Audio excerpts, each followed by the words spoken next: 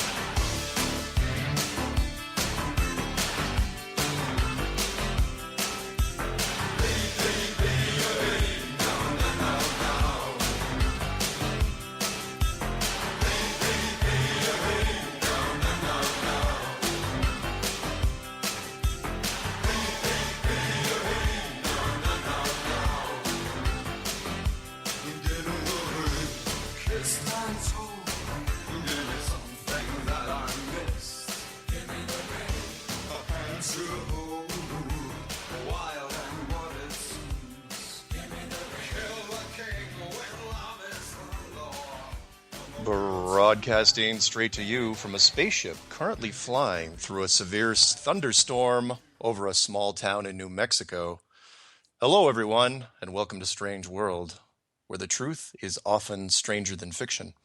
I'm your host, Mark Sargent, the creator of Flat Earth Clues, which propose that all of us are living inside a Truman and Show enclosed structure thousands of miles wide.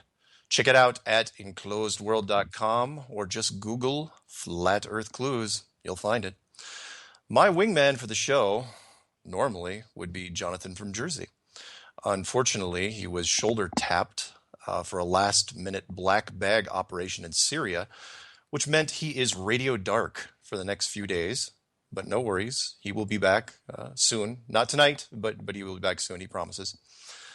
Quick, before I bring in my guest, because we're going to do a guest show tonight, big shout out to the cookie people. In this case, it is the lone cookie person of named Lorelei out of Phoenix, Arizona, who sent me some Reese's Pieces peanut butter cookies packed in, and this is where she went above and beyond. It was packed in not bubble wrap, but single serving size Chex Mix bags and a couple other crackers. She actually used crackers to pack the cookies. How many of those crackers survived? Well, they were all eaten, so no worries there. So, people ask me all the time, I get emails all the time, and you've heard this on other interviews, do aliens fit into aliens and spaceships, and what's their role in the enclosed world system? And I say they have a role. Absolutely they do. I have no doubt. And so this show, we are actually going to talk about spaceships, aliens, and more specifically, a very specific one, but we're going to branch out into other stuff too. The man we're going to mention, who passed away some years ago, his name is Graham, and Trevor, did I pronounce that right? Bethune? Yep, Graham Bethune. Graham Bethune, Bethune, and probably one of the most credible spaceship witnesses of all time, if I may be so bold. And he happens to be a distant relative of mine, not a distant relative, though, of you, because you are his grandson, Trevor Purvis. Trevor Purvis, welcome to the show. Thank you. I'm glad to be here. Cool. And since he's a relative of mine, he's a relative of yours, that means you and I are... cousins. We're cousins, believe it or not. Yeah. Yep. So scary thought, I think. But, that's how it works. Yeah. And what I brought Trevor on because he's been with me, we've known each other obviously our whole lives, and he was there when I really got into the early stuff in conspiracies, back in the 90s. And, we'll talk about that at some length, but he was, he's the grandson of Graham Bethune, and it's interesting because you got in touch with him after he kind of came into our family late in the game, and I'd never had a chance to meet him. I was already out in Colorado by that time, but you were still up there in Seattle. So you want to go into how exactly that all came about? Sure, yeah. So and I'm going to go way back because it's a little easier to start back and then move our way forward, sure, because it creates a very interesting story given that you and I are such conspiracy and UFO buffs. And Graham Bethune being my grandfather actually wasn't my grandfather my entire life, as far as I knew. Yeah. My mother was actually adopted pretty much at birth from Florida. Yeah. And moved around. She was a Navy brat. Mm-hmm. And her father passed away when she was fairly young. And then in the early 90s, her adoptive mother passed away. Mm-hmm. And she decided to go out and seek her birth parents. And in doing so, she found her birth father was still alive, but her birth mother had passed away a while back. Mm-hmm. And he had agreed to meet the family, but he was busy doing something that he felt was very important. So it'd be about a year or so before he'd have time to meet up with us. And come to find out, as we met him, we learned a lot about his history and his life, but also that he too was very deep into the conspiracy world. And when I say the conspiracy world, I'm specifically talking about the UFO world and the government hiding things from us. Got it. The quintessential government cover-up of all things UFO in the world. Yes, exactly. Got it. So finding out that, it was very interesting because we had taken, I think even you were involved in the guessing game of what could be so important that was keeping him from meeting the family. Sure. And I think that was one of the guesses that you and I had come up with is, well, what if he's off on an alien spaceship somewhere? What if he's off with the government doing some secret mission? I mean, yeah, at the time, he was mid-70s, so he still was actually pretty healthy, and he could have been doing something. So it was one of the guesses that we had come across. I met him about a year later. I think our first meeting was in 1994. So I learned a lot going forward from that point about the conspiracy world. Got it. Yeah, in 94, that was when I was just getting ready to head out. Exactly, right when you were getting ready to move over to Colorado. So yeah, which was unfortunate because I would have loved to have met him. And now you didn't meet him in Seattle though. You had to travel to do that, right? Right. So the first time my mother and I actually went and met him for the first time, and we met him at a UFO convention in Vegas. And actually, meeting him there, a little bit weird because I'd actually never done anything like that, but when you go to those types of things, you just wonder what it's going to be like. And meeting him there, it's like being with a celebrity. That was his world, and everybody knew him. And at the time, you would see a lot of people on TV shows that were at these conventions. He wasn't really running the TV circuit as some of the other guys because it just wasn't as big back then. Yeah. But I was meeting quite a few people that I would compare to today's Giorgio Tsoukalos or David Childress. Back in the days, there were guys like them that were speaking the message. Yeah, and we might as well back up a little bit because for those of you who have heard his name for the first time, Commander Graham Bethune, retired Navy commander pilot, was top secret clearance, VIP. And feel free to interject at any point, Trev. Mm-hmm. He was a VIP plane commander who flew most of the high-ranking officers and civilians from Washington D.C. And his big testimony was how he explains how he was flying a group of VIPs and other pilots into Argentina, Newfoundland, when they all witnessed a 300-foot UFO that traveled 10,000 feet straight up in a fraction of a second. It was on radar, but there's more to it. Right. Yeah, and I think and I would encourage people to look up the sighting. It was one of the earlier ones. It was a very interesting one, and I think the one thing I have always taken away from it isn't so much that it happened. It's the credibility that he has been lent because of it. And one of the most interesting comments, and you can actually read them, it may not be quite as candid, but one of the most interesting comments was while he was flying one of these VIPs, the VIP that he had asked to look at this and confirm that it was something not of our world, the individual actually refused to open his eyes. And the comment that I don't know for certain if it's made it into the debriefing was, I don't want to look at it because I don't believe in those things. So it's an interesting concept. It adds a lot of credibility. It's almost like the Lost Ark of the Covenant. If you don't look at it, it never happened. It never happened. Interesting. And I hadn't heard that take on it, which was so the VIP in question, even though it was right there in front of him, it's like, all right, if I don't see it, then I don't have to have nightmares about it. Exactly. And, the other side to it is it's always that whole thing you see on cop shows or whatever, the amount of paperwork it's going to create by me being a part of it. So good point. I believe, and I think, and people correct me if I'm wrong if you read about it. I believe he was a high-ranking psychiatrist in the Navy, the individual that said that. So of course it lends right along with the whole thought of psychology, where you don't really want to see things and believe them because they can't be true. Interesting. Yeah. So the man was severely educated, and but he probably played it smart, because truth is, had he seen it, he might have been called to talk about it.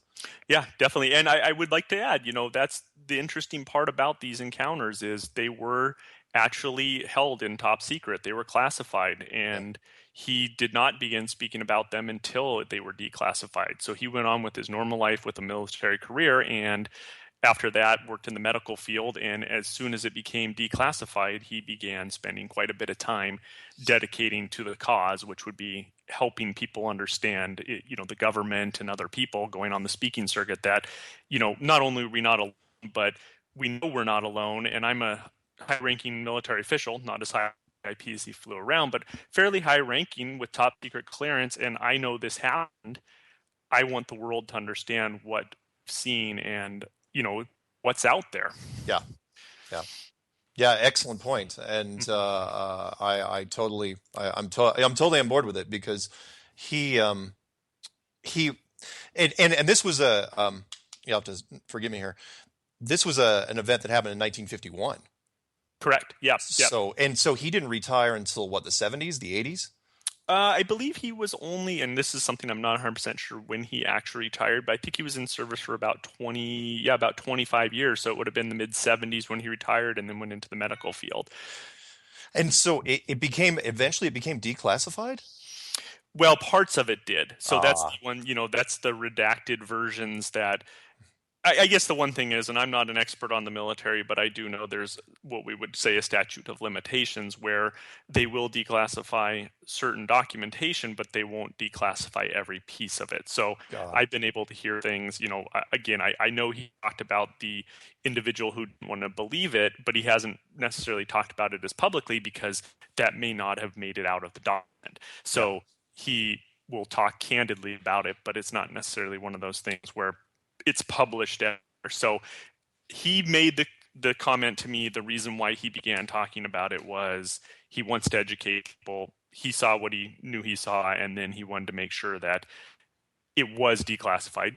Guys back then, the military service meant a lot more, I think, to those guys, that they would, it was more of a career, I guess, with that. Yeah, so he stayed true to his word, honored his commitments, and but at the same time, he was waiting. It was like you could, it was obviously in the back of his mind. It's like, okay, because right after he retired, he goes and tries to dig out the information. Yeah. Yep. Yeah. And I think that, right after those types of individuals that have had those encounters retire and it becomes declassified, because they're hiding so much, it's not that they just want to blow out everything. They want to know more. So they want to learn. And that was what he really spent a lot of time doing over the last, he passed away in 2006. So for the next, almost 40 years, 30 some odd years, after it was declassified, he spent the time learning more, going on the circuit, meeting people, educating himself on what else was out there. Yeah. And I think when you have an encounter like that and you're credible, you're going to probably be able to find quite a few people willing to share information with you. Yeah. And you and I were talking about this before the show, and that is, for those of you who don't know, if you have an experience like this, where you see a spaceship at close range, I mean, for a pilot, it's got to be even more, heart pounding, because, at that point, it's like, okay, is my plane in jeopardy? Are my passengers in jeopardy? You really start racing. But once this happens to you, a lot of people, and you can, there's tons and tons of documented cases where your life is pretty much consumed by it. And I would have been the same way. I used to joke with friends that, because I look at out in here in the Colorado sky with night vision binoculars, I look at spaceships all the time, but nothing ever comes close enough to really, give me the chills. Mm-hmm. And I know for a fact, it's kind of a mixed blessing, because if one did hover over me, even if it was only for a few seconds, at that point, there would have been so many questions. I would have been out there every night. As long as it wasn't raining, I would have been out there looking for this stuff. And that sounds exactly like what he did. Yeah, and I mean, you almost have to think of it, and this is, I'm sorry for all the people that follow religion listening to the show, but you almost have to think of it as a missionary type of service where you have different religions going to different countries trying to spread their word. He was trying to find out evidence where he could help himself spread that word, and Yeah. it becomes your lifestyle, and whether you are doing it for the good of mankind or some other reason, it becomes that type of thing where you do dedicate quite a bit of time, and he did. I mean, honestly, I think, up until his death, that's what he did, time in and time out, and it becomes, I hate to use the word obsession, but it becomes It's good. seeking the proof. Yeah, And yeah, it really is seeking the proof. No, it's as good as word as any, because I would be too. If I saw something that close up, it would be. And in fact, you're down in Phoenix, right? Yes, correct. Right I now, am. and so were you down there during that big giant triangle thing that happened years prior? You remember that whole thing? Yeah, I actually was not, which is unfortunate because there are quite a few things you can see. Friends of ours, my family friends, I should say my wife and my friends, they've actually witnessed it. And, the awe of what it was, let's just put it this way, if it was ours, we've advanced our technology so far that if we could have done it without help, it would be very surprising. And that's, going back to Grandpa Graham, and I'm going to put it out there. We called him Space Grandpa. So Mark and I both called him that. So it's a catchy name, Space Grandpa. It is, and we'll refer to him probably for the duration as Space Grandpa. Space Grandpa. But he's talked about those things, and there's some interesting photos out there, and I'm sure we can get into some details if we choose to go in that direction. But just the whole difference of what we learned after our first encounters. Now, it doesn't mean encounters weren't occurring throughout time. We just were never technologically advanced enough to actually start to move forward and copy, for lack of a better term. The reverse engineering that's been talked about in different science fiction, most notably Stargate SG-1, the television series, where they routinely just reverse engineered pieces of spaceships. But when it came to the Phoenix thing, when I saw it, again, anyone that thinks that, and I'm not making fun, but anyone that thinks that every UFO sighting that's ever been done is just part of the U.S. government, you're kidding yourself. The United States government wishes, and which is why they, just kind of, smirk. It's like, they don't say that they do or they don't. And I'm sure the United States does reverse engineer some stuff, but definitely not all of it. And, to prove that, there's so many instances all the way going back, and we'll talk about some of them, throughout the show. But I mean, going back hundreds and hundreds and even thousands of years. So, way before we even had tech. In fact, you don't even have to go very, very far in this country.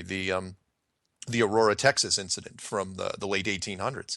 It's like, look, the United States Air Force didn't even exist. So unless you think we were time traveling, and I know that could be possible, and the thing, and the reason why I'll circle back around, and that is the thing in Phoenix. That thing was monstrous. And I would have paid cash money to have had my night vision down there during that time. I don't think night vision was really quite up to snuff in what was it, in the mid 90s. Yeah, early 90s. I would have loved to have seen what the heck was in there, because the night vision is very, very good. It shows you a whole lot of detail about what's going on. So I think you would have probably been surprised what you would have seen, because it probably would have been something you never would have thought you'd recognize. It would have been something outside of a normal person, probably, just based on the way people describe it. Now, I mean, there's people that say it's potentially what we would say a giant stealth cargo ship. I've heard people describe it as that. Yeah. But immediately when it came over, there was people trying to there were flares in the sky, but yet there were no Air Force jets, and we have Luke right there. Yeah. So it was the distance it traveled. It's not like none of the flares travel in a forward trajectory. Yeah. Oh, by the way, when you say Luke, you mean Luke Air Force Base? Luke Air Force Base, correct. Got it. So that's close by. In Phoenix, it's a well-known thing during all the events that occur.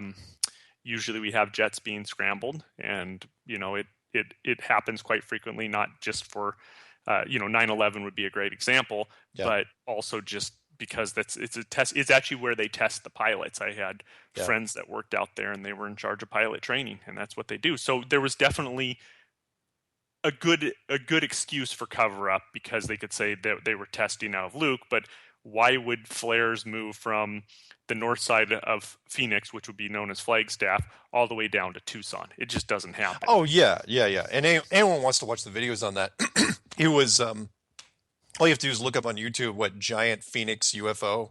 Probably. I think Phoenix Lights is probably a great way to look it up. Yeah, So, yeah, it's massive, and you look at it, and yeah, the camera technology wasn't super great, but it was better than it was in the '80s, and there were a lot of people that shot it.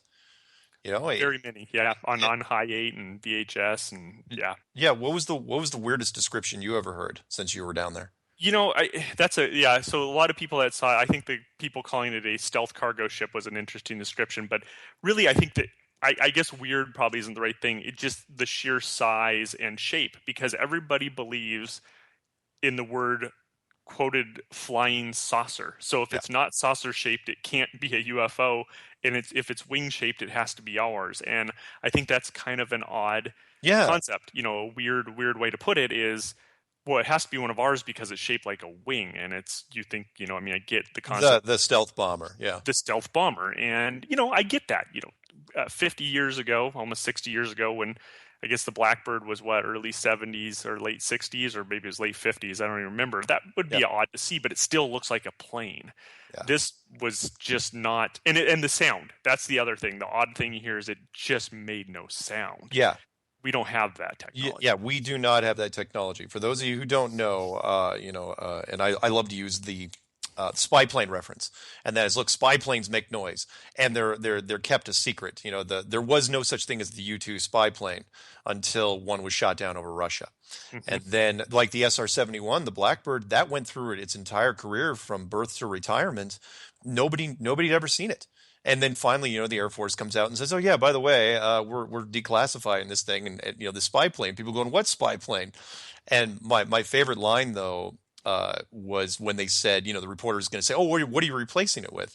And the general says, "Oh, nothing." Exactly. Because what do you expect him to say? He's not going to tell you, right? But and it's already been replaced. It was probably replaced 10 years before they decommissioned it. Exactly. And, it was in service for over 30 years. And that's the odd part, is we have a plane that's fairly archaic. And it's not like it's an airline where they have to maintain the economy of the usage of a plane. Yeah. So, there's other things out there. And again, people probably see them, and I'm going to say they mistake them for a UFO.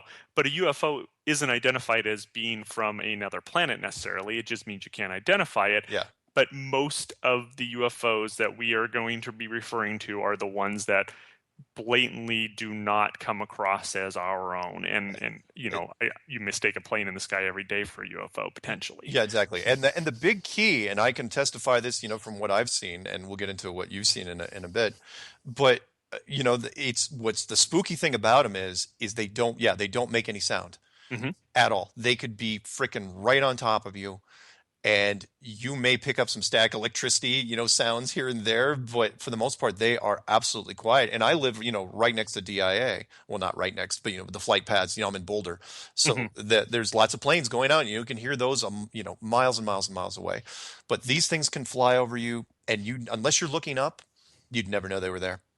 Yeah, and that's exactly. I guess the way to look at it is, if you see one, most likely it wants to be seen. And I don't mean that it's so important, but it is one of those things where they're either trying something or doing something. And and again, going back to the sound thing, it's you see a movie, so you think UFOs have to make sounds, but every movie you see, every computer makes more sounds than any computer I've ever known. So why does a UFO have to make sound? And and if they're using a unified field engine, which that's the big suspicion, of course that there wouldn't be much sound with that, because you're not using any sort of propulsion engine. Like for example, and we have like 2.5 minutes to break, but I want to talk about this, which is the plane that supposedly replaced the SR-71, which is the Aurora. Which supposedly uses, if you believe what they say, some sort of slush kerosene pulse detonation engine, which creates this weird contrail. They call it donuts and a rope, which basically generates so much burst thrust that it doesn't even have to run it. They doesn't even have to have the gas pedal stepped on all the time. Yeah, and I believe the other thing about that as well is it's because it's more of an upper atmosphere plane. It actually uses some of the ionization of that as well to give it forward propulsion. So, there's, as you said, the contrails would be different than a normal aircraft. So that's another thing to think about as well with that. But again, it's so fast that people, by the time they hear it, all they see is the contrail. And that's it. In fact, the only pictures I know of that have ever been taken of it is strictly just, you're looking, at its rear end on the way out, and they never get a chance to get anything. It's that quick. And it's not very large. So no. at the height it flies, unless you're using some type of optical zoom, you're probably not going to get much of it anyway. You're just going to think it's a blob in the sky. It could be a fighter jet for most people. And so they just probably think that's what it is. Yeah, good point. So coming back from the break, we got about a minute. But what we're going to talk about when we come back for the break is a few things. One, we're going to talk about into Graham's further beliefs, what he was really trying to spread when he was at the conventions, because that's where we kind of digressed, because he's a celeb at the conventions, not anymore, but we want to see what he talked about. And you had some experiences too, right? You've seen a few. I've seen a few things, primarily being with him. He points things out, so I think it's an interesting way to talk about the way people can identify anomalies is probably the best way to put them. But cool. Yeah, it's something to talk about. We'll talk about that, and we'll talk about the theories about where these things have come from. Not only the beliefs that we've had, as far as because there's been rampant speculations over the years of where they've come from, but how they may apply to an enclosed system. In case we are on a flat Earth. So we'll be back. Stay tuned.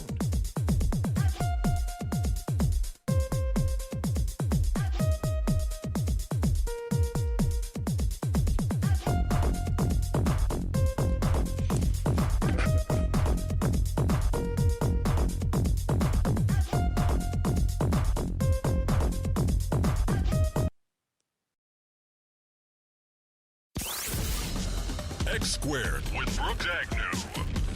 Sundays on Truth Frequency Radio.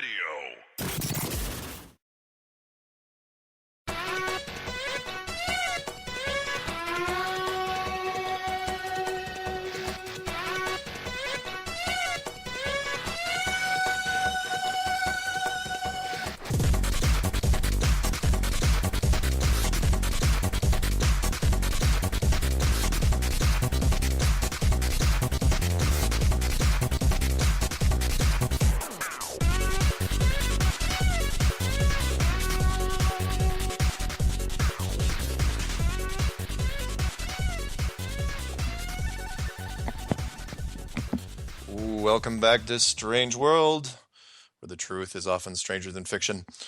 I'm your host, Mark Sargent, and we are on with Trevor Purvis, grandson of Graham Bethune, also known as Space Grandpa. Space Grandpa? Space Grandpa. Such a great title. Somebody should make that one into a book. We'll actually talk about his book. All right, so flash forward to because you went out and visited him. So the first time you met him literally was at a UFO convention.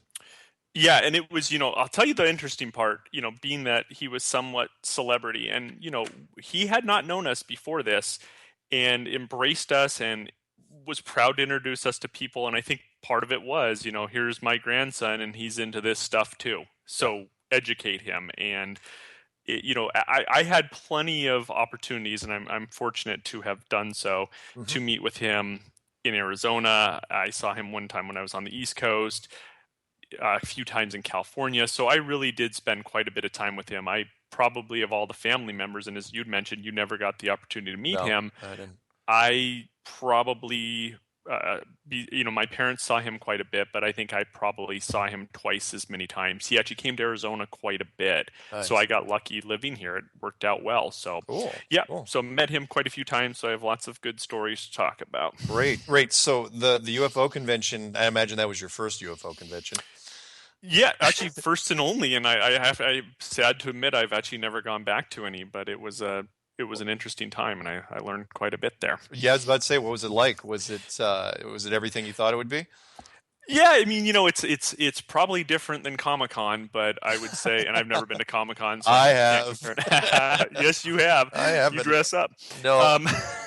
But they have the people selling stuff, and I'm sure a lot of listeners have probably maybe gone to something similar. They have people selling, snake oil and all of that different stuff, but they actually have some very valuable seminars, and that's where I spent a lot of time getting some education from this. You can't really, back in early 90s, the internet was just taking off. So 1994, there was opportunity to find information out there, but it wasn't the same. I mean, today, if you want to find something, as you speak about a lot in your interviews, there's just so much information quickly available that you have it at the touch of a finger, literally on a mobile device. Back then, it wasn't really that big. The internet was just taking off, and I learned a lot sitting in with all these individuals who, most of them were pretty well established in the UFO world. They were all celebrities in their own right, and most of them had a presentation that they would discuss with the group. It was a specific topic. It would go into a Q&A, and it was an education symposium where they would spend a lot of time just teaching each other so that they could all continue to spread the word. So did he guide you to the right seminars and kind of shy you away from others? For the most part, I tried to attend everything I could, and he was open to that. Yeah. He actually, I don't think he presented at this one. I think he maybe did a quick guest. He stood up at a microphone and did a quick guest speaker agenda that he had real quick. But for the most part, it was pretty, consistent through the whole weekend, where they were telling the same message. It was around, actually, interesting part, you being the government shill, it was around disinformation. So it was a very interesting weekend on how we are getting all the disinformation put out there amongst the population. And he talked about that, I would imagine. He whispered to us, like, just be aware that there might be people at the exposition that aren't what they seem to be. Yeah, definitely. And I mean, the interesting part is when you say they aren't what they seem to be, you go down one path of the people there trying to gain information about those that are trying to learn about what the government's hiding. So government shills or disinformation agents. Yeah. Or the other side to it is, this is where it gets really interesting, people not from here. So you will meet people, and I'm going to go straight into it. I would meet somebody. Yeah. And we would walk away, and sometimes it would be somebody, so who Wendell Stevens is, and I encourage people to look him up, because he was, again, one of those people that back then was the kind of ancient alien person of our time. Mm-hmm. But you would also walk away from somebody, and the famous words of Space Grandpa, if it started with "of course," it must be true. So he would say "of course," and then the answer would be, "Of course, that person you just met is from Venus, And that was always an interesting thing, because that's one of the harder things for me to grasp in all the time I knew him. I think it'd be hard for just about anybody to grasp. Mm-hmm. So how did he get on? How do you go from a military commander to all of a sudden saying, "Oh yeah, by the way, I'm friends with people that may or may not be from other, I won't say planets now, but I will say other places that aren't here." Yeah, and I think that's really a part of where you go down that path. As you have one encounter, you want to open your mind up to the possibilities of more and more opportunity of different people. And the interesting part is when you say somebody from another planet, again, we say, well, that can't be, there's no life on Venus. So interesting, because maybe this person really is from Venus, but what we know of Venus isn't what Venus really is. Exactly. And he actually would talk in that sense. And I want to get into it. We'll get into it later. Let's just talk real quick about Hollow Earth. Sure. He did have a feeling, based on what he said was very, very good knowledge, that every planet, and I'm going to call him a planet based on what he said, actually is a hollow sphere at the time, or a hollow body. I think that's actually a better way to put it, because he never really did say a planet is round. But he believed that every planet potentially had inner population. So if the surface couldn't keep a population, they would move inside.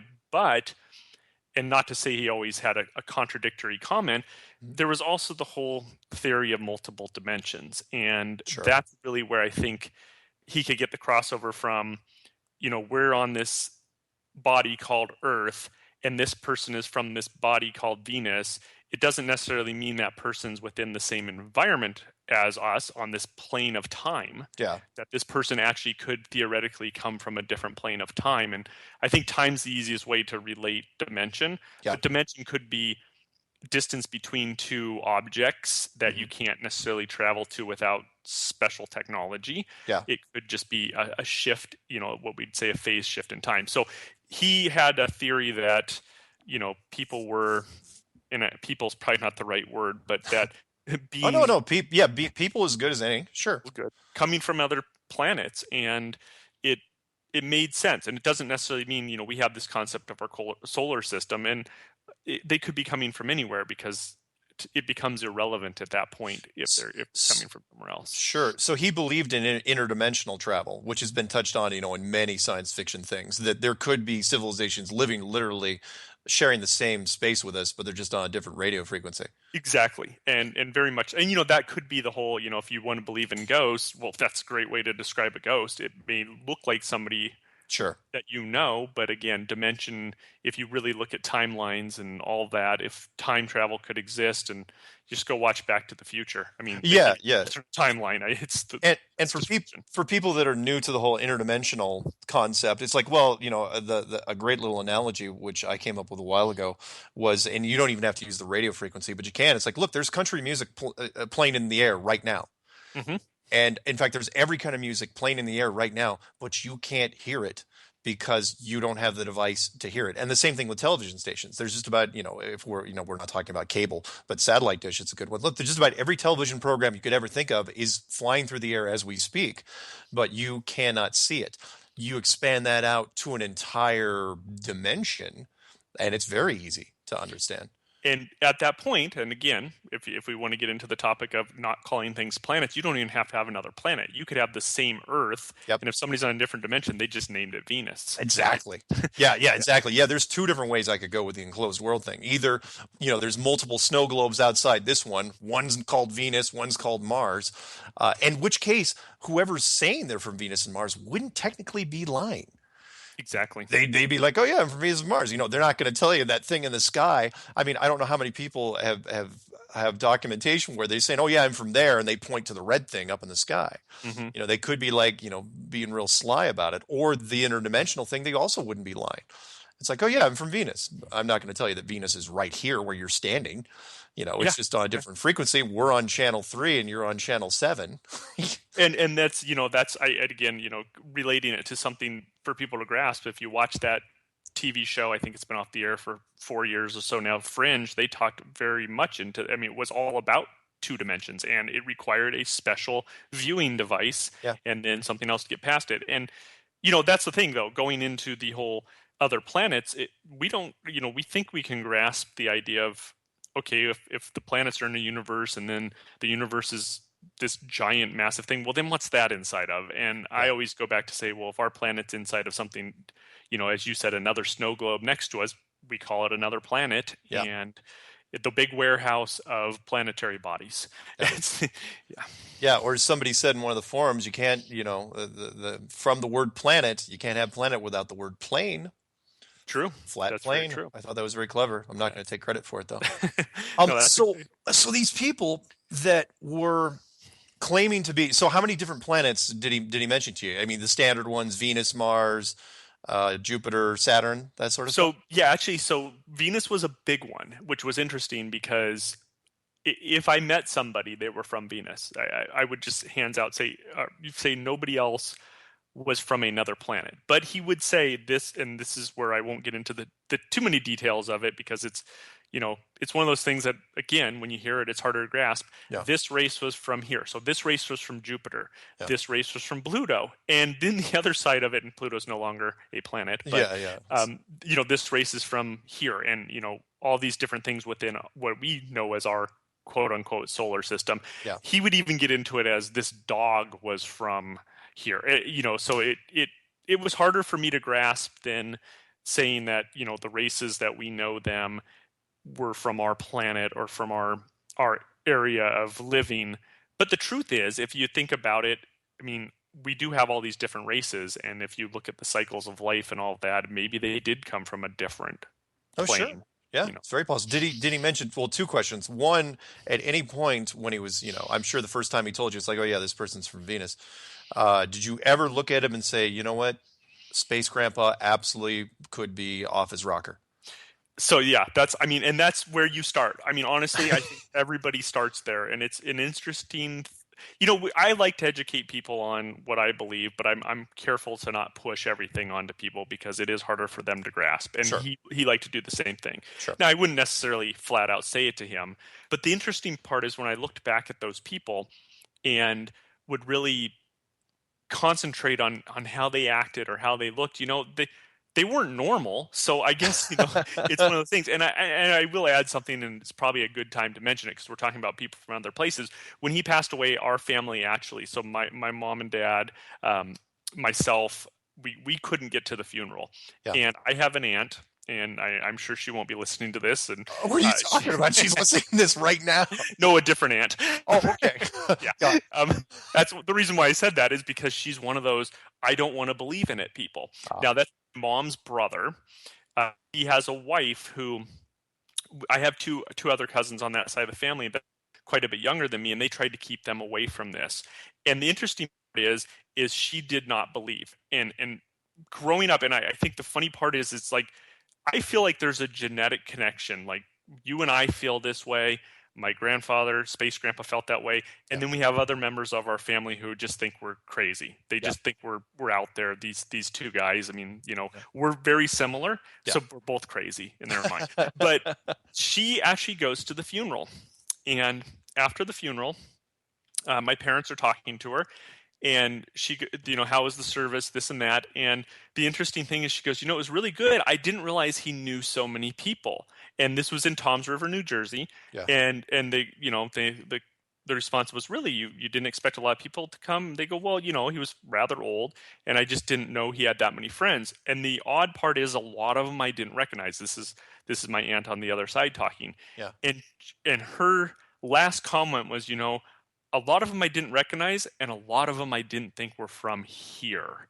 And that being said by somebody who didn't really tried to keep my cousins away from him, not completely, but tried to keep them away from him, not because he was a bad person, but tainting their mind in a sense. Oh, sure. So yeah, and I'll say that because they've seen things, I'm sure they're older now, but because they were shielded from it, her saying that was somewhat of an acknowledgement of saying, okay, everything he probably said throughout his whole life, I should have listened to a little bit more. And I made sure, going back to your question, that I gave everything he said an equal opportunity to be true.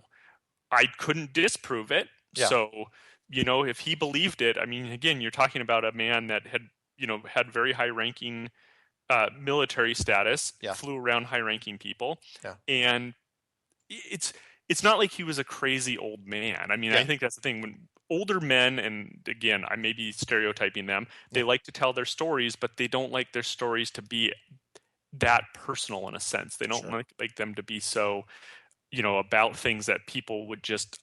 I know our grandpa, the grandpa you and I share, would never want to share a story like that because it's kind of that factor of I don't want people to think I'm crazy mentality. And he was just out there. So and he shared his stories until what, 94? 90? No, he 2006. No. How old was he?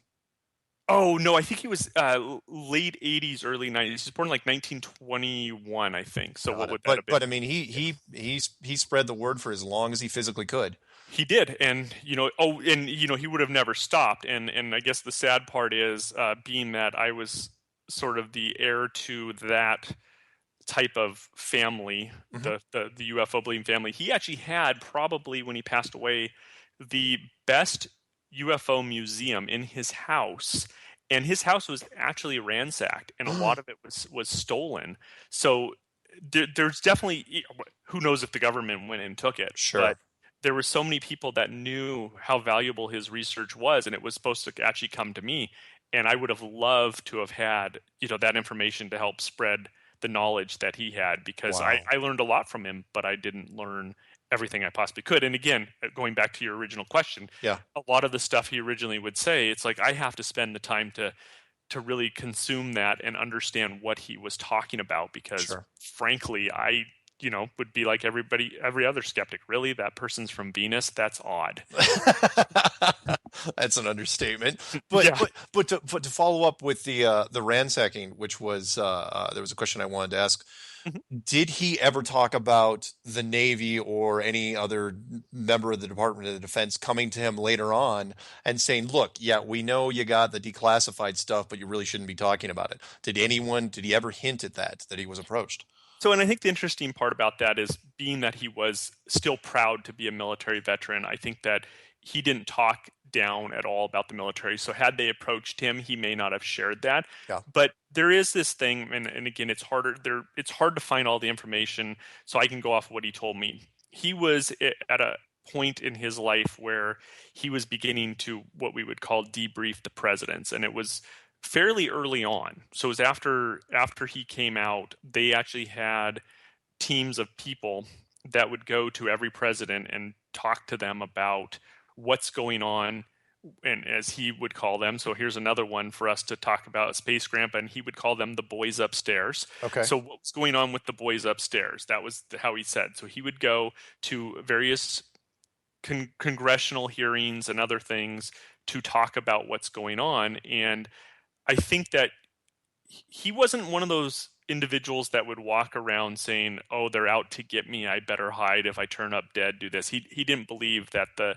military or the government would ever tell him to be quiet, because he felt like he'd done his service and he was just sharing something that he was allowed to share.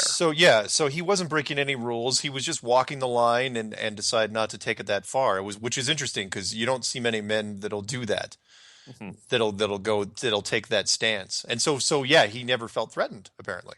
Yeah, and that's, I mean, I'm sure there was some implied threats from groups that, so really the threats themselves would have, and if he never talked about them to me, but if they were actually probably more outside groups, the groups that would, if it came out, wouldn't want it, and it'd be non-government, but wouldn't want it being talked about, and that goes back to the movie Contact, where you have that religious group that's trying to stop it. Yeah. I'm not saying it would be a religious group, but there's just the groups that will fight the beliefs of others. Yeah. You got a point there. Mm-hmm. Circling back to the Venus thing, because it's just so unclear here. Nobody you were ever introduced to was from any other place but Venus. Very true. Now he may have known people from other bodies or other Never planets, talked about him, though. but never talked specifically about. It was always, of course, she's from Venus, or of course, he's from Venus. Now he did say, and I didn't get introduced to him, where we would, you and I would always say would be the Nordics or that race, that he had contact with them, the tall, kind of more pale, blonde, blue-eyed aliens. But I was never introduced to any of them. Got it. But it doesn't mean they weren't around. Maybe he didn't know them. Did anybody at the convention remind you of an extra from the Men in Black movies? It's funny you say that. I mean, that, a lot of them, and that's where it goes back to thinking of, somebody that just didn't seem right. And I'm not saying mentally crazy. No, I know what you mean. You're looking at him and you're going, "Man, that is a strange looking dude." Strange looking, just the actions of the way they walked around. It would be like that movie Galaxy Quest, where they just walk around differently than we do, like they're in a shell covering themselves. Again, I think that the one thing that he always said is, most of the people you'll encounter, and when I say people, the people from other planets you'll encounter, are going to look more like us than something else. Of course. And that would make sense. Now, he never talked a lot about any type of covering, like a mask of sorts, like they're, a giant, 10-armed monster underneath that. He never talked about that at all, but it was more of they're going to be like us because that's where we've come from. Yeah. And that was a big thing that he would talk about as well, that the whole concept of what he calls star beings or star children, where we would be seeded from one of these other planes. Sure. Sure, I could see that. No, so did you? And everybody was within the solar system. No, you never talked about planets or anything outside, or different solar systems or anything like that. So I guess he did, from his book, and I don't know if we want to get into that, but Oh, we should that's actually probably mention his old book. I've got a picture of it right here, and that is called Pleiadians from Alcyon. Alcyon, I believe, is how he pronounced it, and that to me would not be our solar system. It would be our galaxy, Got it. but it's a star, and people can look it up. It's spelled Alcyone, and it's a Yep. star. Yeah. And it's outside of our system. It's actually, I believe, in the constellation Taurus. Got it. So it's something that that people can look up. So again, going back to your flat Earth, they could say I'm from something near there, and if you're Sure. looking out into this big warehouse, and Did there's did enough did he bubble. say, was that the only book he wrote? That's the only book I ever received. I think he contributed to some other books, but the book I only had is this one, and he gave me a copy of this very early on. Did he First men- met it. did he mention to you why he picked that particular title out of all everything? I mean, why not write about the people he met from Venus, for example? Interesting that you'd mentioned that. I think it's because he actually knew a lot about the craft that were coming from this solar system, I guess it would be. Interesting. So So that's why he wrote this book, because he has pictures of the craft in the book, and I encourage everybody to go at least look at pictures of it, because they're very neat pictures, and it was all about the craft itself and the propulsion system. And I believe, and there's one thing to mention here, and I didn't mean to interrupt you, but one no, thing no, it's quick okay. to mention is he said, maybe it's true, maybe it's not, that he was a member of what we called the Galactic Federation, and that would be a group of people similar to like what the Federation would be on Star Trek, where their mission is to, maintain some type of governance amongst the solar systems and the galaxies. So Yeah. I believe that that's where he got a lot of his knowledge for this book, was by being a quote-unquote member of that. Wow. The book doesn't mention a lot of details about that, but it was more to tell you about how the craft worked, because I think that lends some credibility. Sure. Now, to- was this the same type of craft? I know I was looking at the cover, and it looks like your standard garden variety flying saucer from Close Encounters with a lot of lights. Yeah. Was that the same type of craft? By the way, 2 minutes till the break. Just give you a heads up. Same side of craft that he saw when he was flying in the 1950s. I believe this one was quite a bit smaller. The Okay. one in the 50s was very large. 300 feet this or would- so. Yeah, about 300 feet. So there are some that are that large, so this could be a smaller scout craft. I believe also because it was smaller and more lighted, it may have been a different propulsion system. Again, I think they all kind of go off the same principle, Got it. but it goes back to that somewhat unified field theory of Yeah. using magnetism and anti-gravity. And all Yeah, that. yeah, it's a great concept. The concept supposedly Einstein never gave away because he thought it would have been too dangerous, which was if you can manage the equation between electromagnetic waves and gravitational waves, you can, and if you have the fuel, you Mhm. you can move an object at almost limitless speed and almost limitless size. Which is why, you always hear these stories about giant, the ships are just freaking mammoth. If anyone has any, want to look up the one from 1986, that walnut shaped thing that would chase that 747 cargo plane out of Japan. And, to the point, and the pilot, the Japanese pilot decided to talk about it when he was on the ground and was given a desk job almost Mhm. immediately. But the Air Force radar picked that up. I mean, he was like going, look, get this thing off me. And they were like telling him, okay, do this circle. And he couldn't shake it. But the thing he said was 3 times as big as an aircraft carrier. Yeah, and that would be, they got to get here somehow, bring their Yeah. population across something, and so ship makes sense to me. Yeah. Big and ship.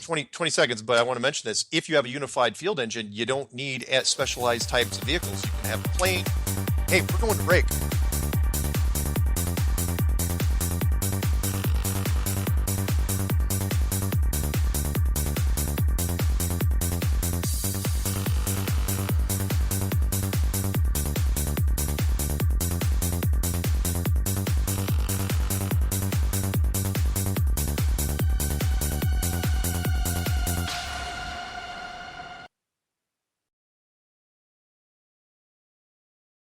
This is Truth Frequency Radio. No hate, no hype, no fear. Real people, real radio.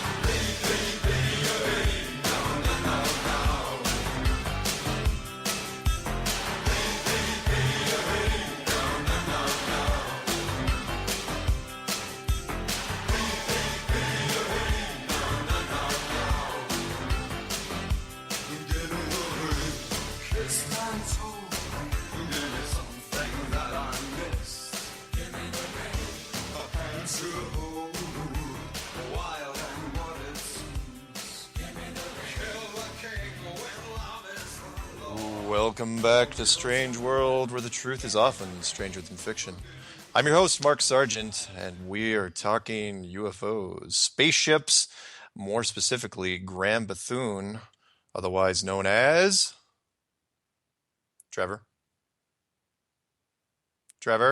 turn off, hit the mute button.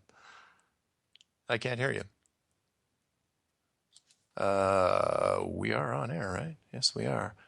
He's not muted, but I can't hear him, so what I'm going to do... Can you hear me now? I can hear you. There we go. Sorry about that. Well, I missed my cue to say Space Grandpa. Oh, that is a rookie mistake, and you hate to see it. It's really sad. That's okay. No worries at all. But so, yeah, Graham Bethune, otherwise known as... Space Grandpa. There you go. No worries. Before we went to break, I was talking about spaceships and the cool thing about having a unified field engine, and that is you only have to have one type of vehicle for everything. So, because as everybody knows, a UFO can fly, it can hover across the ground, it can go faster than any submarine underwater. So, think of all the vehicles you would just replace with one thing. It's the ultimate flying car. It's fantastic. Yeah, and it's almost as if, we have to make our, and again, size would be relative in a sense for energy, yeah. But we have to make our vehicles all unique to every, plane has to have wings. Yep. Submarine, as you mentioned, has to have the ability to be sealed and create its own. Yeah, and they're all very different. I mean, extremely, they're all polar opposites. Like aircraft really uses aluminum, whereas submarines have to be extremely dense and heavy. Mm-hmm. And then cars kind of middle of the road type thing. And with the unified field, you get somewhat of a shield as well, which is an interesting concept. Yeah, it's a whole nother which I don't think we're going to be talking about tonight, but maybe we will down the road. Definitely. So, where did we leave off? Here's another question for you. So you talked with him, you probably more than anybody during his last days.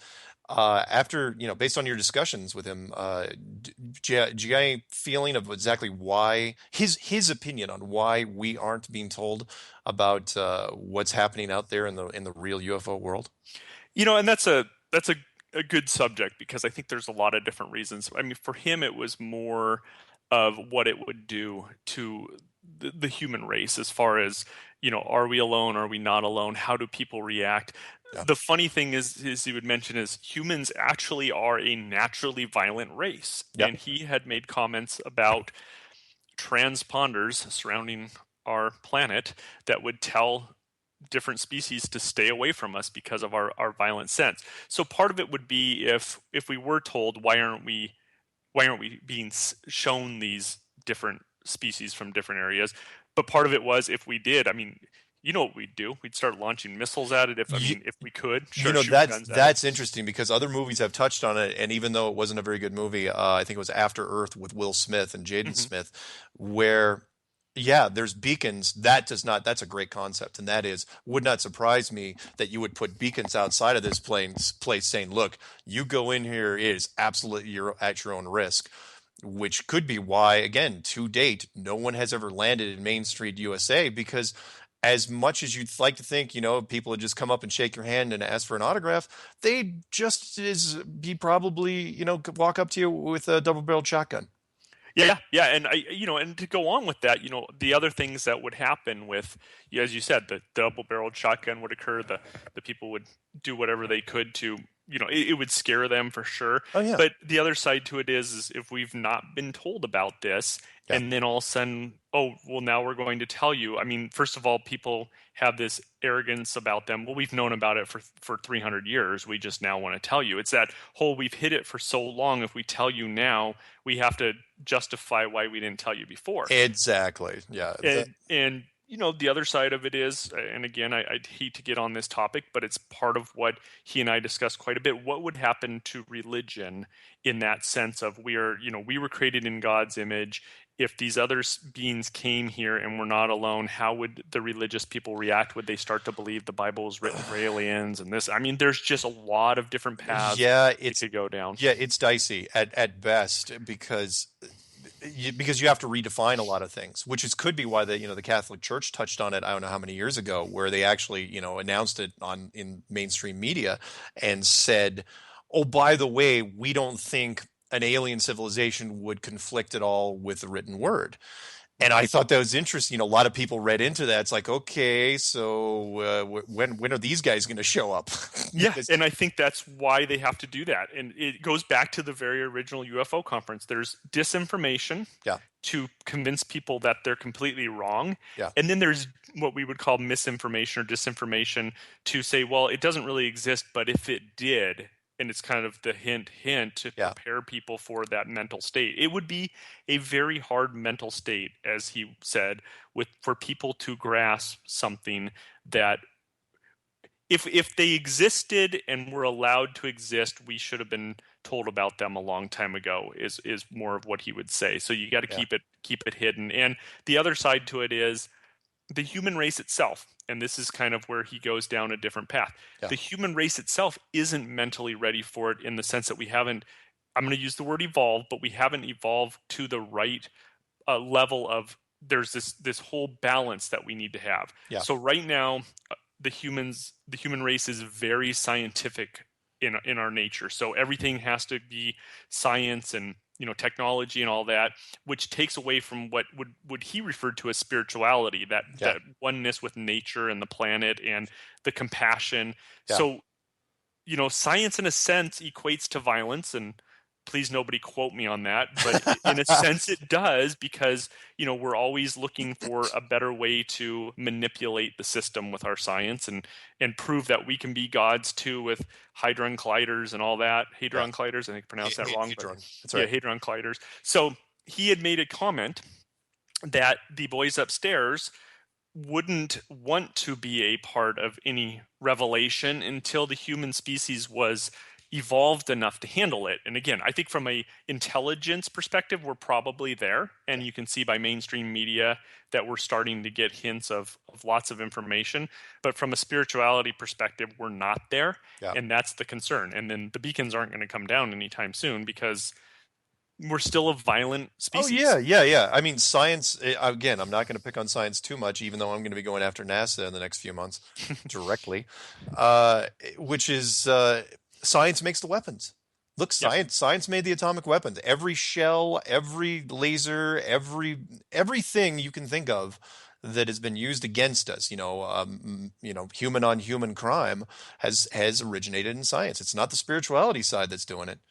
It's the science side of things. Yeah, and that's, without it, we wouldn't be as far along as we are. We probably wouldn't have been introduced to it in the sense of understanding it, before. I guarantee you there were visitations, but 300 or 400 years ago, they were dragons or they were gods. I mean, again, I can't tell you what the people thought, but I guarantee you mythology and other history has the visitors from other planets coming to us as not understanding what they were. And, gods is the first thing. The second thing that he would say is, maybe dragons. I mean, again, a spaceship could be called a dragon. I'll give you one. You want, for people who want an interesting UFO sighting that has nothing to do with dragons, I think I mentioned this to you a while back. I don't know if you looked it up. Was the 1561 Nuremberg event? Mm-hmm. People say, well, the Roswell. When you say what's the greatest UFO thing of all time, people say, well, Roswell, and it's like, well, I guess.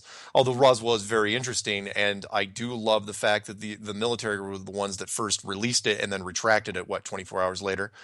Yeah, but that, in my opinion, was nothing compared to the 1561 Nuremberg event.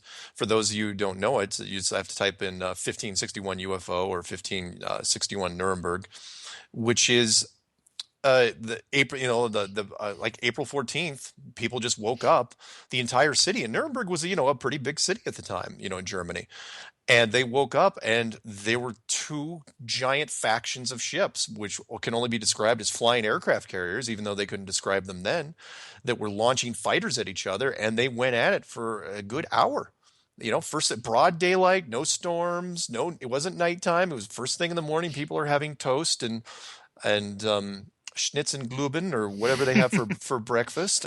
And, probably beer, but some beer, wash it down, and the city was sitting there watching this and over toast and, watching this battle ensue, and it went on for a full hour.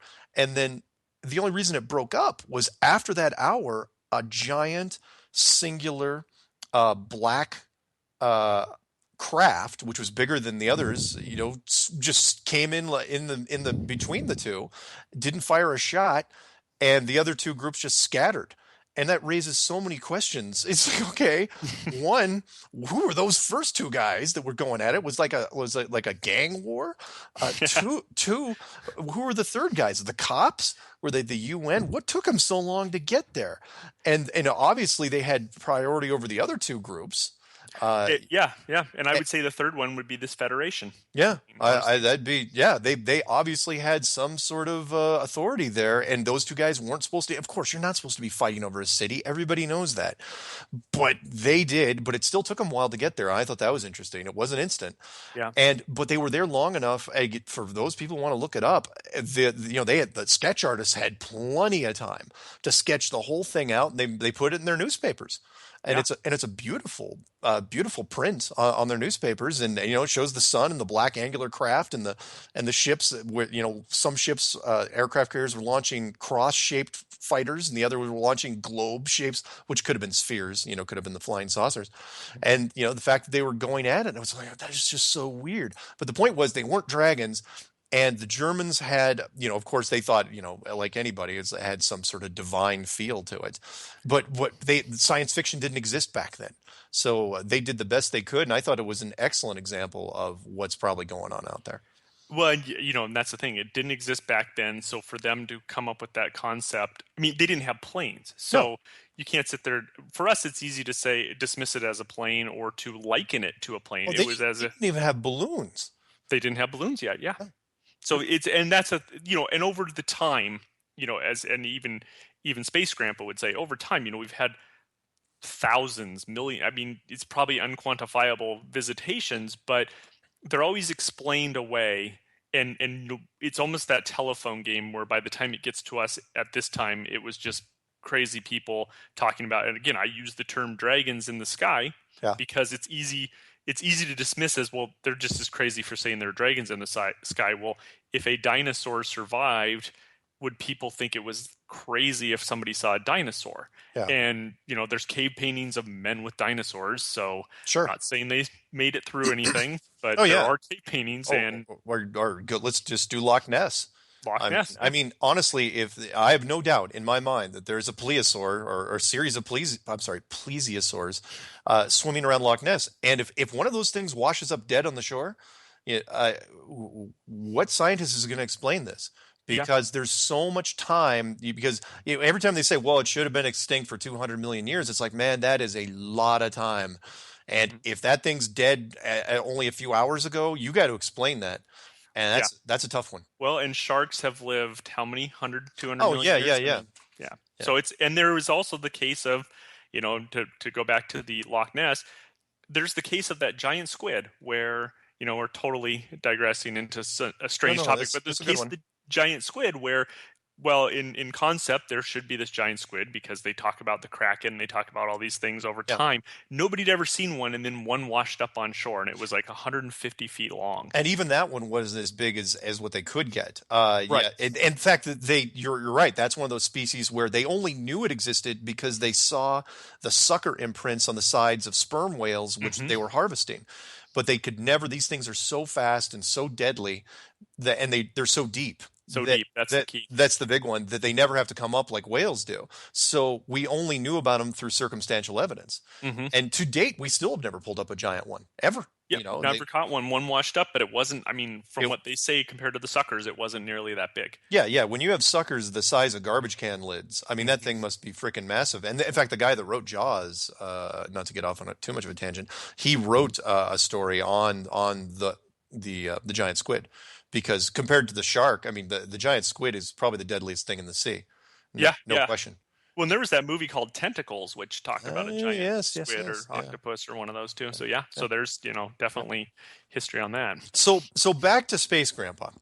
Question for you, because you mentioned that he would point out things in the sky as well as pointing out things on the ground. Yeah, and mostly, that's the interesting part. So when you would be with him, it's not that you would see clear objects, but there's a phenomenon known as a lenticular cloud.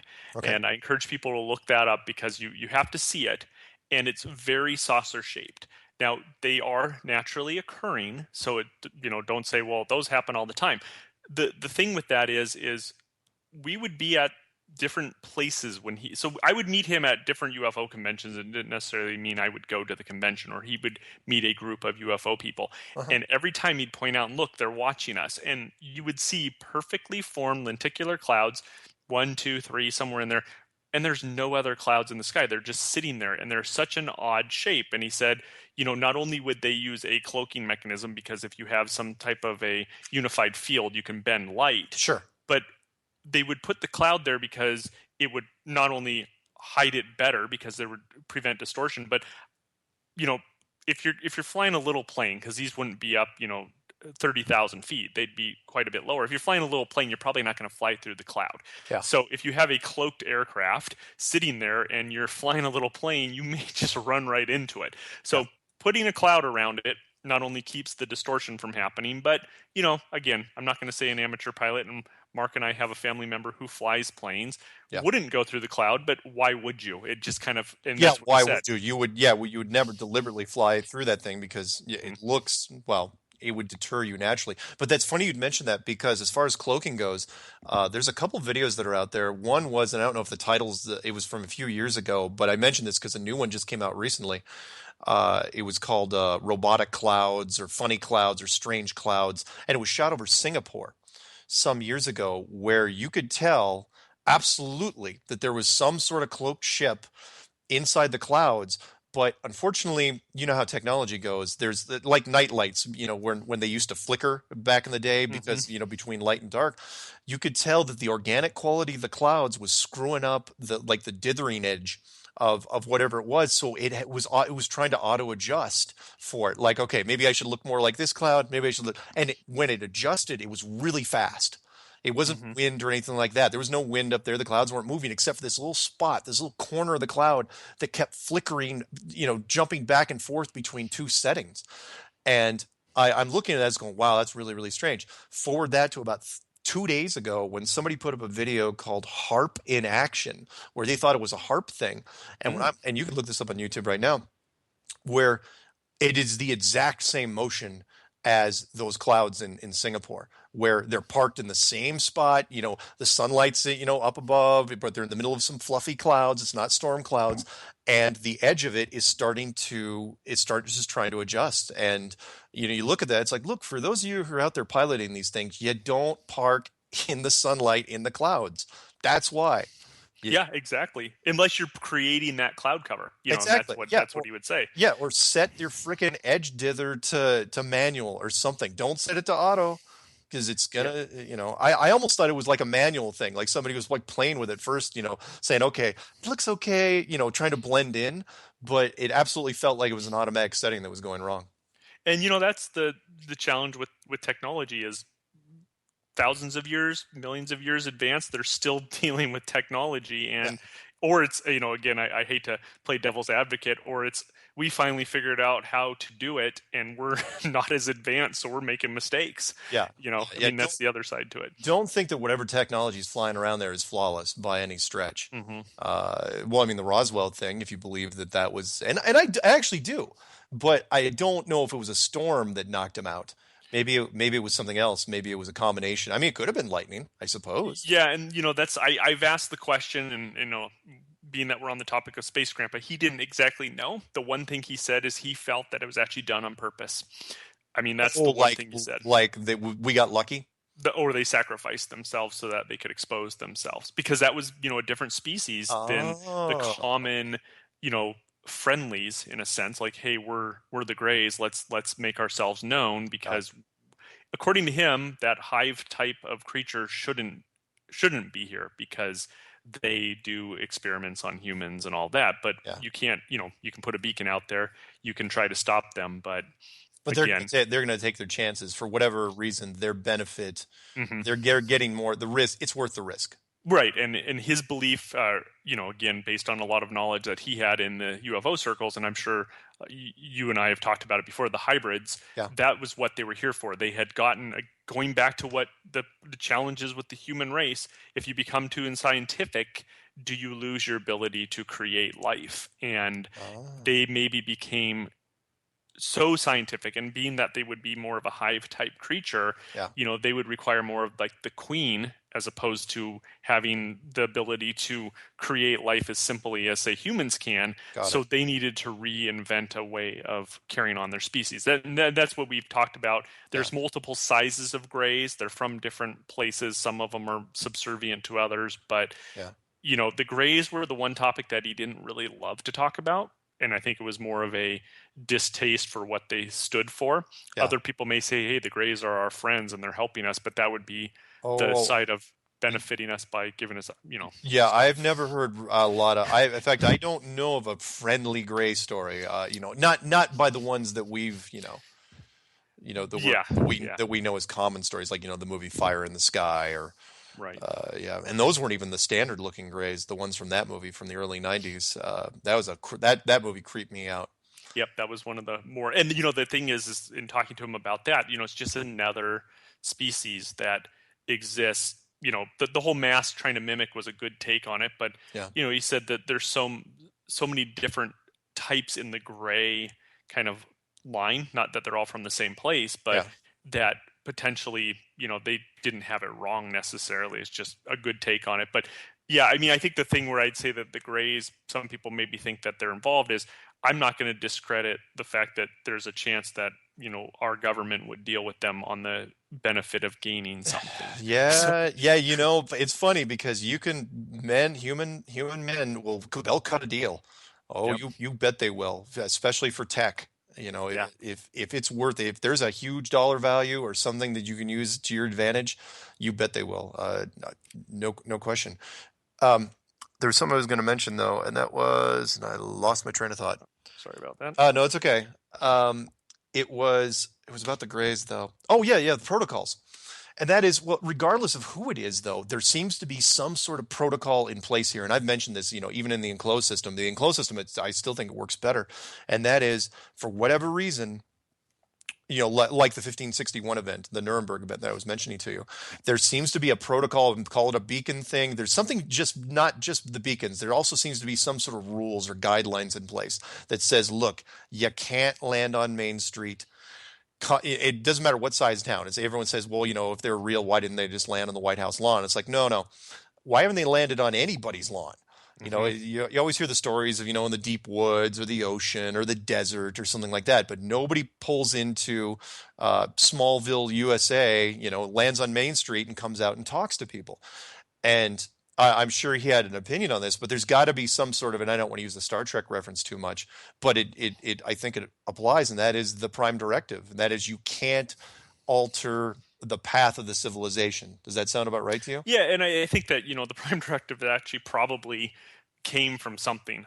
I'm thinking Gene Roddenberry probably had some information, and just going back to the movies, and if you read some information about him, there's a whole topic about Steven Spielberg having clearance above Space Grandpas, where he was able to get some information from some microfilm. Yeah, so I think that Prime Directive, or let's stay away because it's violent, or other reasons, but there's definitely the Galactic Federation, as he called it.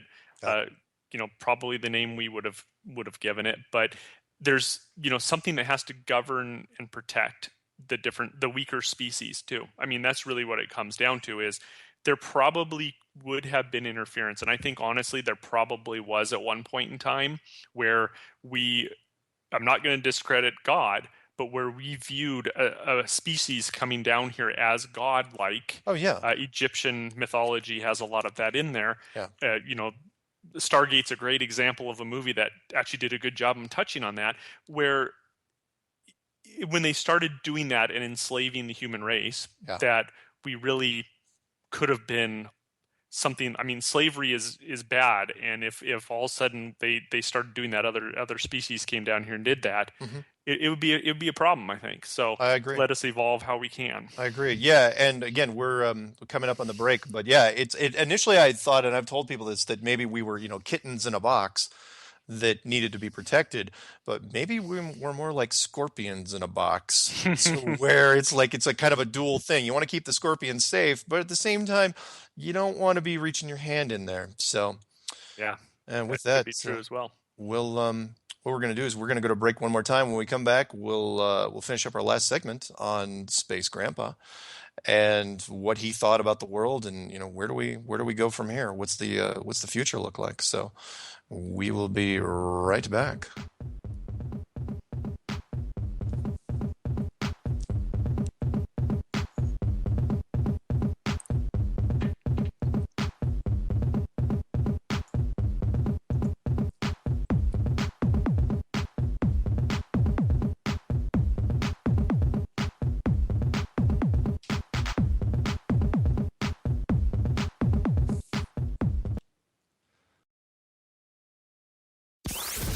Waking up the masses with Robert Bruce, Monday through Thursday on Truth Frequency Radio.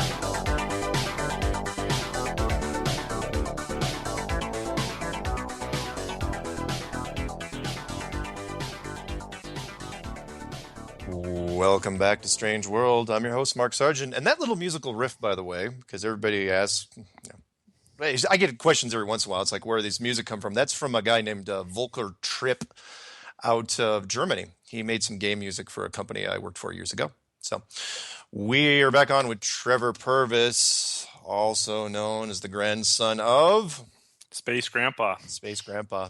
Yeah. Or your cousin. I mean, that's always an option too.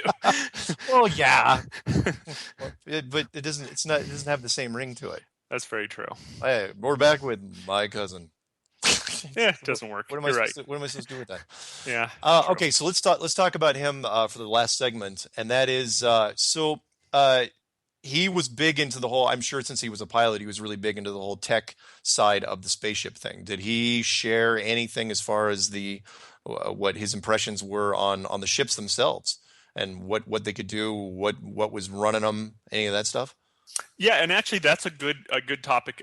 His book actually discusses a lot of that. It's something that he had talked about, and I think the interesting part is there was actually a scientist named Bob Lazar who I know everybody knows who Bob Lazar is. Yeah. So and what Bob Lazar described was actually consistent with what Space described. It was mostly done with a crystal matrix, so that was something that he talked about for the propulsion system. So the entire ship itself run off of like a crystal matrix, and crystals being that they vibrate at certain frequencies, have the ability to do certain things in our environment. We use them for a lot of different things. So he really got into the propulsion side of it. His book does discuss that, and it's actually pretty good reading, but it's about magnetic fields, and you and I had talked about that. Yeah. And the ships themselves, they all, as far as he talked about, pretty much ran on the same type of principle as far as using an element to create a heavy magnetic field. Some type of a plasma discharge would probably be the best way to put it, where they could actually create an anti-gravity device. He never really talked specifically about like antimatter, which we've kind of proven to exist something, or that something similar to that exists, which would create some type of a certain weight or anti-weight for that sense. But the magnetic fields would actually push against. So if Earth has a gravity and Earth has magnetism, it would push against that to give them the ability to not be subject to our gravity. And then, of course, for movement, you just, similar to a helicopter, you just kind of shift that field and it can push off. Yeah. And then Yeah. So Yeah. now, That was always fascinating to me because, most people, on top of being very, very quiet, they're quiet in a different way, and that is they can make immense bursts of speed, which without G-force and without breaking the sound barrier, which mhm. should be physically impossible. But everything that that's been discussed recently is that they're creating a tunnel through the atmosphere so that there's no sound barrier to break. They're flying through nothing. It's like Mhm. they're creating their own vacuum to fly through, which is fascinating. And that gives them, as you said, there's no G-force, so that's how they Yeah. can maintain those speeds without crushing Oh yeah, I their remember bodies. videos back in the 90s where they were showing, some of these craft, and they don't show these videos on television very much. This is long before Ancient Aliens came out, which we'll talk about in a second, which is they showed a craft, going from 0 to like 5,000 miles an hour. It blurred past the camera, and in like a second, maybe less than 2 seconds. And if you tried to do that with conventional aircraft, I don't care, what sort of suit you had, the pilot would immediately black out and probably die from a brain hemorrhage. Yeah, definitely, So, definitely.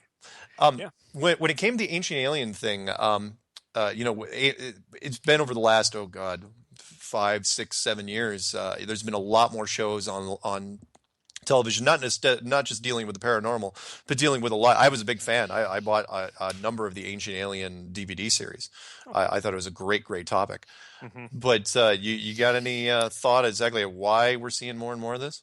Yeah, and I think my opinion gelled well with his, and it goes back to even that first UFO convention I was at, where disinformation is sometimes information to help ease the public into something. So when I say disinformation, they show you something and then they try to discredit it, and they've allowed ancient aliens to not have to have that sense of discrediting themselves. And I honestly think he had made a comment to me that as man awakens, and by awakening he has made such comments as we've had stuff put into our atmosphere to help us do so. Hmm. And as we start to awaken, we need to be eased into this. And if you take a show like Ancient Aliens, which is a very credible show and Sure.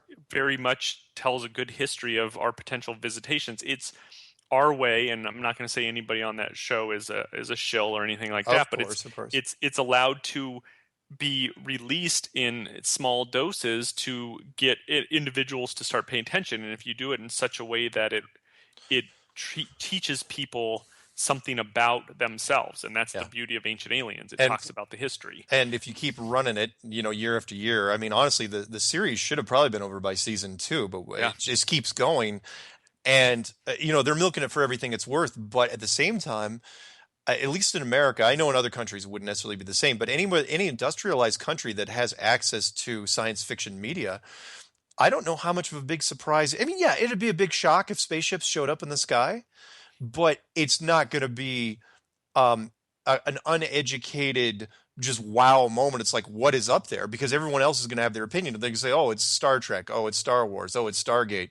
It's, just pick your poison. There's a Yeah. huge list of things. It's like, oh, that ship, people, I guarantee it, people will point up there, that ship looks like the one from the show, and, fill in the blank here.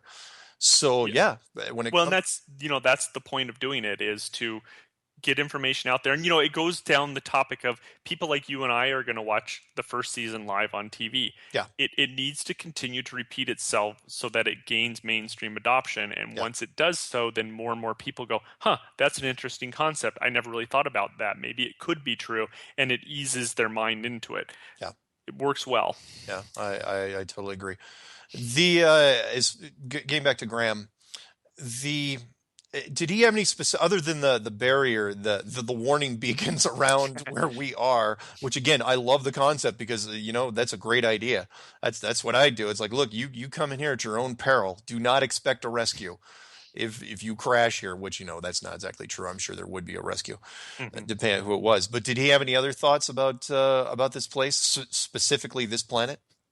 Yeah, so that's actually the thing, that he was actually a big Hollow Earth guy, and I mentioned it a little bit earlier on the planets being that everything has a hollow core. Yeah. But the interesting part with him, and core probably isn't the correct word, but the interesting part with him is not only was every planet hollow, but you could actually go inside of a planet and steer it like a spaceship. And I think it's an interesting thing to say that, because we've always had this concept, spaceship Earth, where this spaceship traveling through something to get somewhere. I mean, it's Sure. not something that he made up or anybody else, or anybody that we probably know. But the interesting part is he made a comment, and it was one of those things where you have to sit back and think, okay, if we can go inside of our planet and steer it like a ship, is it really a planet at all? And that was where the questions went for me. And he said everything can be done in such a way. So the interesting part is, not only did he believe, and that's really where I think he started ending his career in the UFO thing is, we have visitation from maybe outside of the planetary body, but we have a lot of visitation that we're seeing from inside of our planet as well. Bingo. So, And that's where I wanted to kind of segue, because this, again, when I got to the enclosed system part of this, it changed everything from a visitor standpoint. And that was because people would say, well, can people get through, can these ships get through the domes? I'm going, maybe some of them, but maybe some of them can't. Maybe some of them are stuck here with us, or they just live here with us. Even if it is a big plane, a part of a much bigger system, there may be people, because it does not take much to live in an area underneath us. You don't need an entire hollow Earth to do it. Most people don't quite realize that, look, that 95% of our population, you and me, live from sea level to 5,000 feet. And that's a really narrow band. I mean, that's 1 mile. You create a 10-mile cavern underneath us, underneath this plane. You could put a ton of people down there. And if you make it high enough, you could make it to where they could fly around. It wouldn't be constricted in the least. No. And I think that's the part to go back. You hear the hollow Earth and artificial sun, or the core of the planet heating. The one thing that I've always noticed, and he actually made this clear a lot of times and kind of early on explaining things, and everybody says, the sun gives off heat and all these things, but as you get higher up, it's colder. And he always said, you ever notice how when you're down at ground level, it's always warmer? And get it. There's the atmosphere being denser, those types of excuses. Concrete definitely holds it in. Sure. But what he was basically trying to say is that heat radiates from somewhere beneath us. And that could be the inner sun, for lack of a better term. Sure. But he was a firm believer that we could go into our planet. And, I'd say, don't discredit the water, because the water is so vast that we don't know how to get down underneath there. And then it could also lead to the ability of, when we talk dimensions, maybe that's the way you kind of traverse a dimension, is by going down through the water, not up through the sky. Or creating a wormhole to that effect. And there's been tons of documented cases where the ships in question, any spaceships, giant craft, have been seen going straight down into the water and coming out. It's like, okay, where are you going? It's, you're obviously going a lot slower. So where are you headed? Is it, you going to an underwater base, or is it a gateway to somewhere down there where there's a permeable, heavy water element where you can pass through? Yep. And that's, where his encounter started. If you read about it, it almost feels like it started in the water, because his question was, what are we seeing? Are we seeing a city? Are we flying in the wrong direction? It's down on the surface. So it's not to say that craft didn't come from the water and work its way up. And then the question becomes, where was it coming from? Was it coming from out of our planet, or was it already within our planet? No doubt in my mind. And to your point, if a system like this could be piloted, and I don't know if you ever saw the Signal, the movie. I did. Great movie. That last scene, the last 20, I could watch the last 20 minutes of that movie all day long. And where they showed it's like, because people have mentioned to me, could we be a flying arc that's going from one place to another? In which case, the entire system, because people have always asked, they go, can't there be natural processes here? Can't magma be a natural process? Can't the oceans be a natural process? Going, yeah, they could be, but why? Why would you do it? Look, if you have the tech, you don't want to leave anything to chance. So and going on religion, it's not a natural process. If you take the religion, there you go. If God made it, then absolutely it wouldn't be. I mean, technically, it appears to be natural, but then you're talking about the definition. What is natural? Right. Whether it's just a question of who's controlling it, who's controlling the volcanoes. Is it advanced technology? Is it the divine? You don't know, but either way, it's being controlled by something. I would never, ever, I'm sorry, from a design standpoint, I would never let any system be random in place that would have the potential of taking, bringing down the whole thing. Yeah, yeah, and I mean, I think that I think there's, and I'm going to put this in an odd way because I'm a computer guy as well. I've Yeah. designed a lot of software.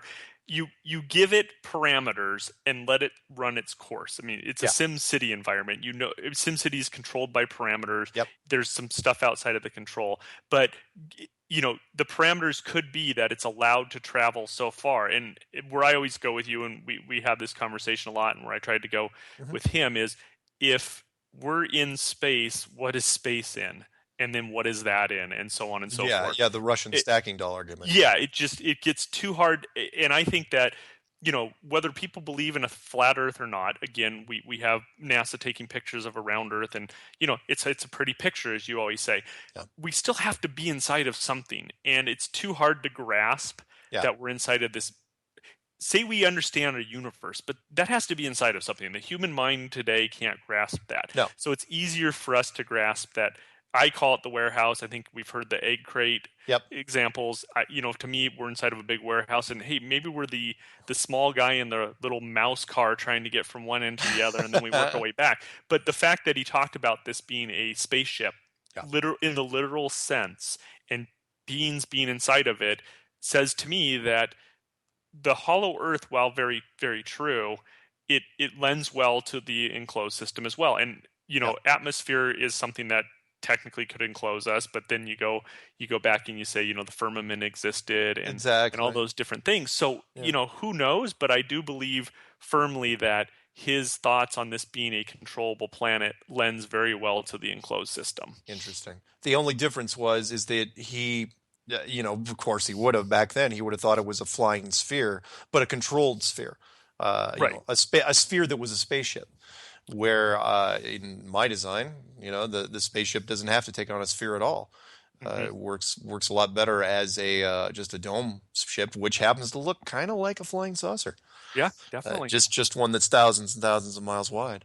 Yeah, which actually isn't that big when you think of. I mean, go back to Independence Day. That ship that they had was pretty large. It was a large ship, but not compared. I mean, but there's been reports of those ships all the time. And again, it goes back to that unified field theory, and that is, once you have the engine, which is different, you build the ship around the engine, because it's like, okay, how big can we make it? Do we have the material to make it?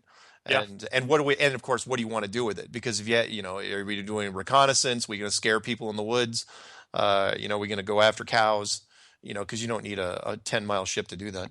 Well, and I guess the one thing to add to that is you hear about a lot of ships out there that people describe having an organic nature to them. Like, they've been abducted. I think even Fire in the Sky, that ship had a very organic nature to it. It did, even though it was dirty. Yeah. Yeah, so why not make something the size of this and make it a spaceship and make it livable so you can grow your own resources? I mean, if we were going to leave like we claim we can and would, we would have to do that anyway. We'd have to grow plants. We'd have to grow, our own food. You just can't stockpile enough of it. You have to keep the cycle going. So if you're going to be in an enclosed system traveling across something, then, as you said, it's simpler to not have to do that. But again, that's the part that we may never be able to answer. That's an intriguing thing. It's like, let's say you had to make a journey from, that would take thousands of years.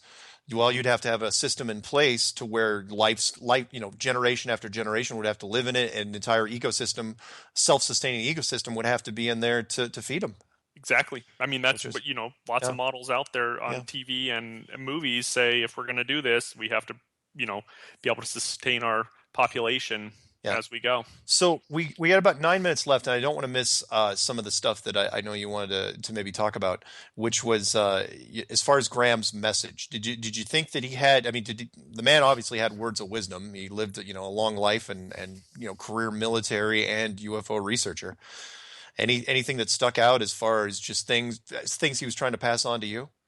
And I think that's really keep an open mind was one of the bigger things that he tried to pass on. And I don't want to be cliche on that, but he talked about a lot of things that are very hard to grasp early on. And then as you start going further and further down the rabbit hole, learn that what he said actually had a lot more credibility to it. And I think it's one of those things where he would encourage people to not necessarily allow him to sway them, but to listen to what he said, and then allow them to learn from that. Because he Hollow Earth at that point in time was so far beyond me that it took a while to understand why would that happen, why would this happen. And then as you move forward, you start to hear about things that just seem, it's almost as if what he said becomes a reality. So the big message with him is, really stop hiding the truth and get the truth out there. And that's what we're all here to do. I mean, you with your radio show, I'm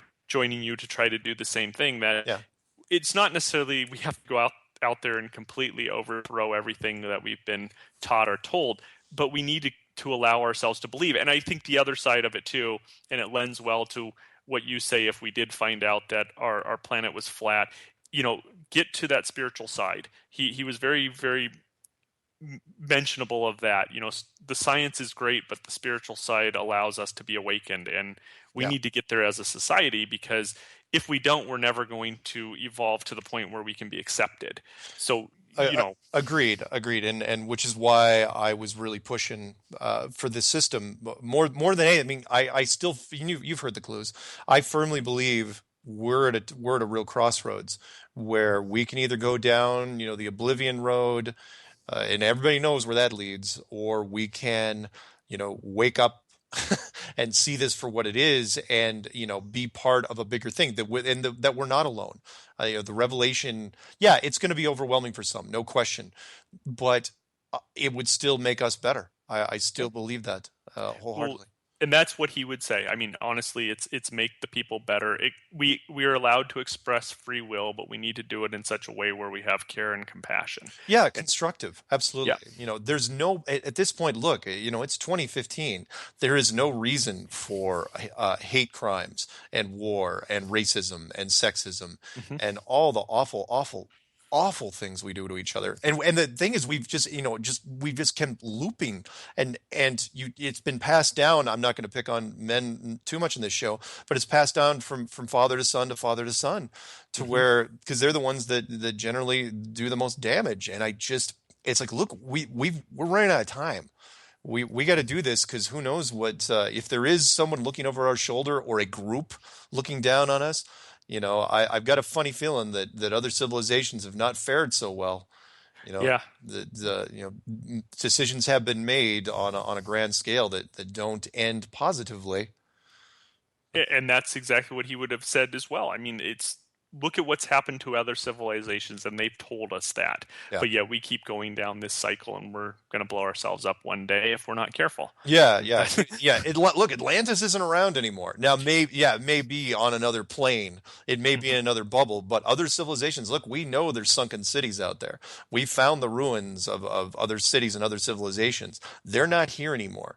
So the question is, did they die of natural causes, or did they, make some mistakes? And again, I think we have so much potential to do great things. Again, look at, I don't want to do self-promotion that much here, but look at Clue 8 when I did the creative force. Look at the beautiful, beautiful things we have created over the years, and we it's in us. All we have to do is realize it. And, I know that sounds, kumbaya and, super spiritually, but it's true. Like everybody's got it in them, whether they want to admit it or not.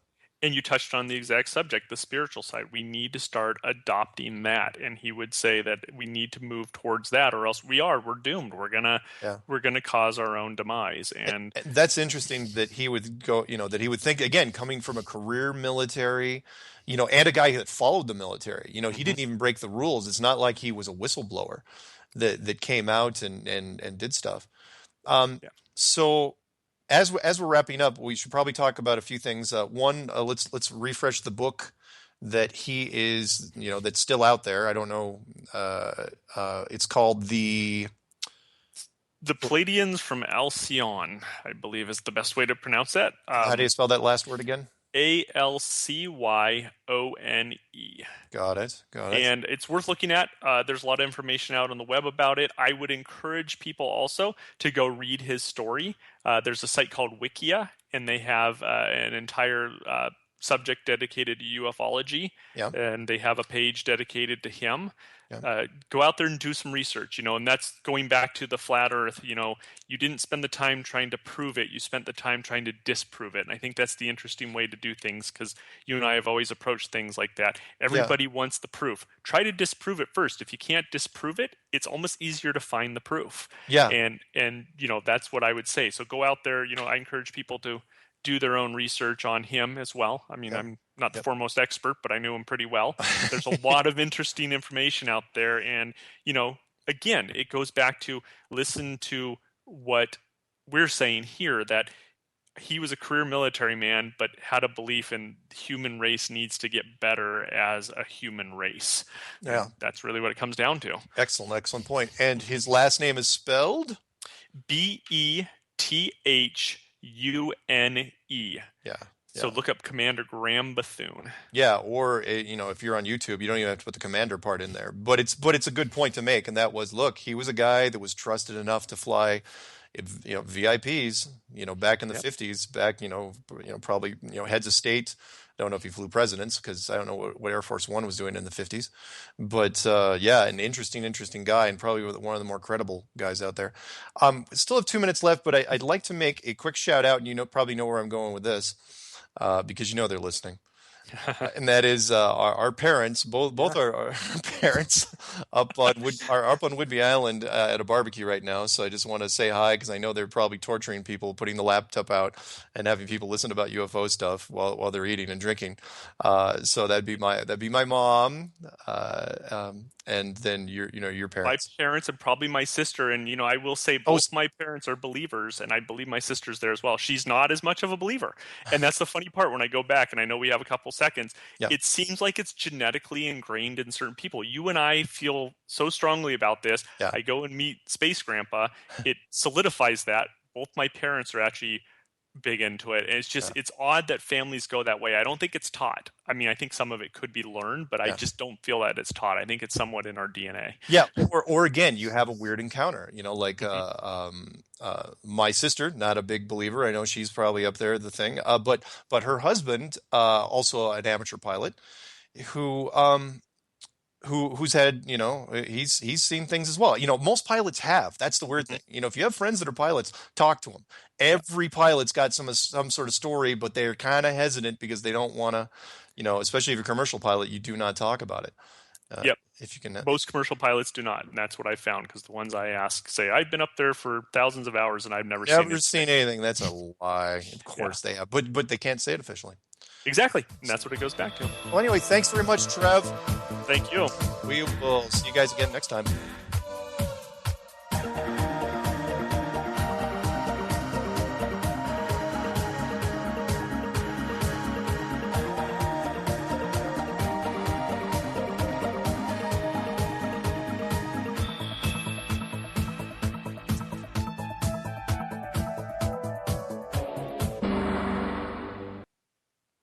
How bad is it, sir? It's not good, but at least she's not beginning to crack up. She's beginning to crack up.